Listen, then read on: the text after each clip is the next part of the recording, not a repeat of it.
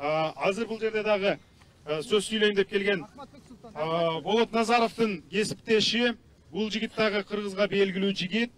Акты ак деп, көктү көк деп тайманбай айткан Ахматбек Султанга сөз берет. Арыбаңыздар, урматтуу агайын. Болоттун ушундай баягы Болоттун камалганы биздин жүрөгүбүзгө абдан катуу тийди. Анткени ошол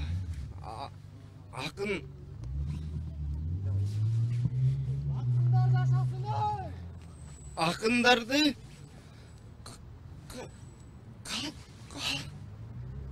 Акынды кантип камайт эй? Журналистти кантип камайт? Болоттарга боштондук. Акындаргачы? Боштондук. Акындарга ошо мамлекет кам көрүүнүн ордуна камап атканы мен Болот Назаровду мен 7 жылдан бери билем да. Анын өзү аябай ак жүрөк жигит. Мисалы, шаарда үйү жок, квартиралап жүрөт өзүчө. Абдан кыйналып жүрөт жашоодочу. Ошого жемкорлор кам көргөндүн ордуна ушинтип чындыкты айтса камап койгону бул кыргыз элин камаган менен барабар десек болот. Биз ар дайым Болот Азамат байке айткандай бул өмүрдөн миңдеген кандар өтөт. Бирок чындыкты айткан Болотко окшогон төкмакындар эч качан эскирбейт. Ошого Болотту колдоп келген агайын сиздерге рахмат. Биз ар дайым чындыкты айтабыз. Биз акындардын бул дүйнөгө келген Кудайдан берген элдин тилегени чындыкты айтуу. Болотко боштондук болсун. Болотко эркиндик. Болотту кыйнабаңыздар.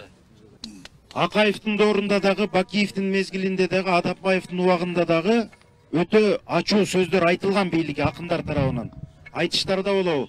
Бирок акындарды ошонун чыгармачылыгына шылтоо кылып, акыйкат сөзүн айтканын шылтоо кылып, ошону токтотуш үчүн, коркутуш үчүн башка бир шылтоолорду негиз кылып туруп камап атканы бул тарыхта биринчи жолу болот 30 жылда туугандар. Ошондуктан акынды камаган бийлик келечеги жок болот.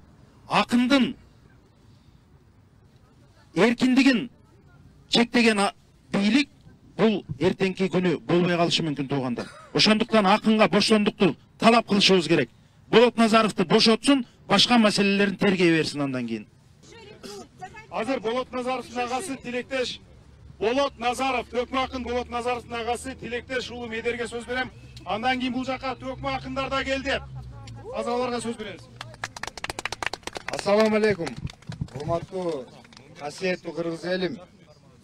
Бүгүнкү күндө мына Садырага тилди башты кесип алышыңар мүмкүн.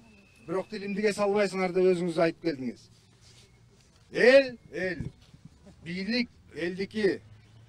Ошон үчүн могул акыркы убакыттарда 3 жолу тарыхты карабайсыңарбы, ай? Тарыхты карап мындай кичине эсиң барда этеңди жый деп айтат, ай. Кичине ага болгондон кийин улуга урмат, кичиге ызат деген бар. Канча баланы камап отурасыңар азыр? Ушул жол менен барасыңарбы? Акындарга жеттиңерби? Бул эмне деген нерсе? Шоу кылып атасыңар, ар кандай кылып. Болор болбос нерселерди кылып. Токтобойсуңарбы? Оюнчукпу силерге элимне? Ай, туугандар. Кыргыз эч качан багын бербейт адилетсиздикке. Эч качан багынбайт. Акыйкатка только, айкөлдүккө. Ошону мен силерге айтып коем, агаларым.